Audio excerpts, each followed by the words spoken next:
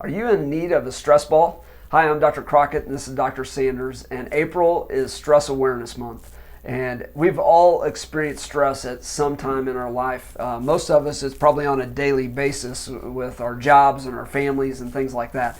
But stress comes in many forms. It can be a physical stress that's put on us. It could be a mental stress, and a lot of times it's emotional stress. And just a lot of these things, they're compounding. They build over time. And what I mean by that is sometimes little things just start setting your day down a path that you don't really want to go. It could be getting cut off on the way to work. You get to Starbucks and they're out of your favorite drink. It's these little things that just start building up. And of course, we all know, you're not supposed to sweat the small stuff, but we know we don't always react that way.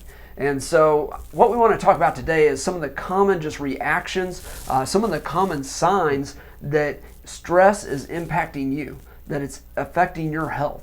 And so let's talk about that, and then we'll talk about how can we cope with these things, how can we help ourselves. Yeah, some of the common reactions vary from person to person. We may see some people feeling more saddened, some people feeling more frustrated. With that sadness comes numbness, disconnect. With that frustration or that anger comes irritability.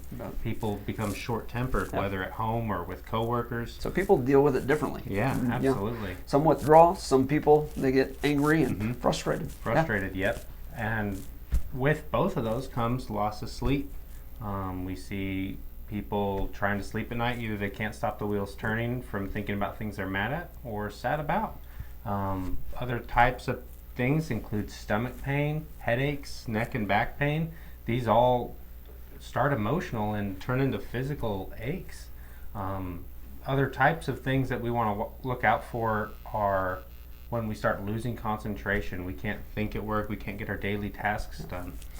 Obviously, stress is just going to impact our productivity, of course, because our minds are on something else a lot of times, right?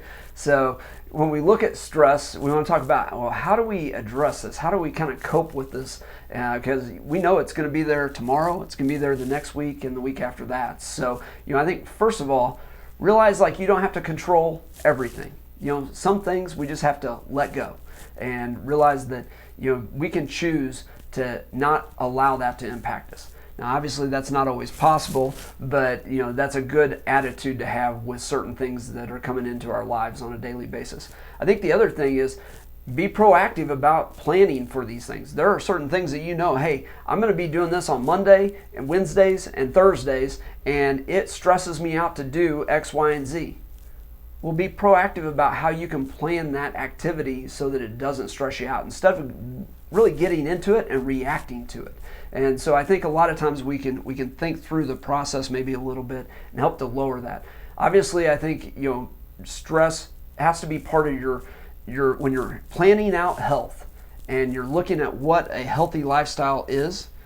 You have to think about how are you going to cope with stress in your life? How are you going to be able to have that balance in your life?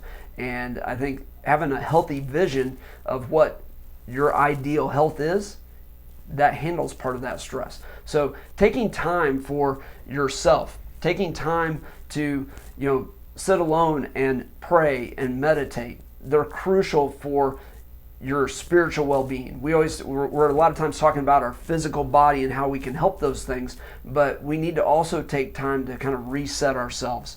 And I think a lot of times spending some time by ourselves, thinking through those processes, praying, meditating, can really help you with that. And then the last thing that I think is an excellent coping mechanism is just talking with others, talking with your spouse, talking with your loved ones, talking with your coworkers.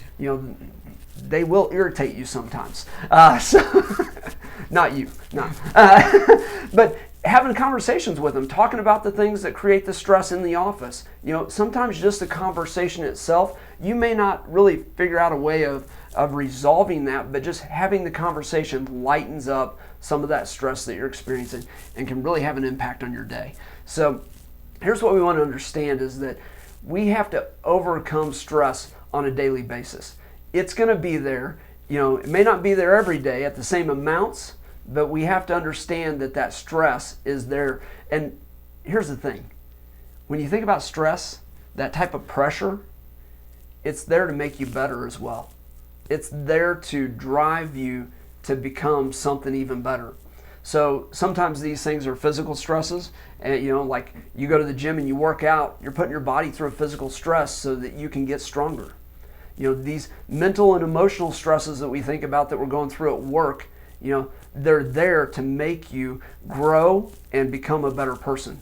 How about we think about maybe repurposing how these stresses are impacting us to, a lot of times we go, oh, it's poor me, this happened to me, things like that. But what about if we would take these stresses and we'd say, I'm going to use this to make me better. I'm going to make myself stronger for tomorrow.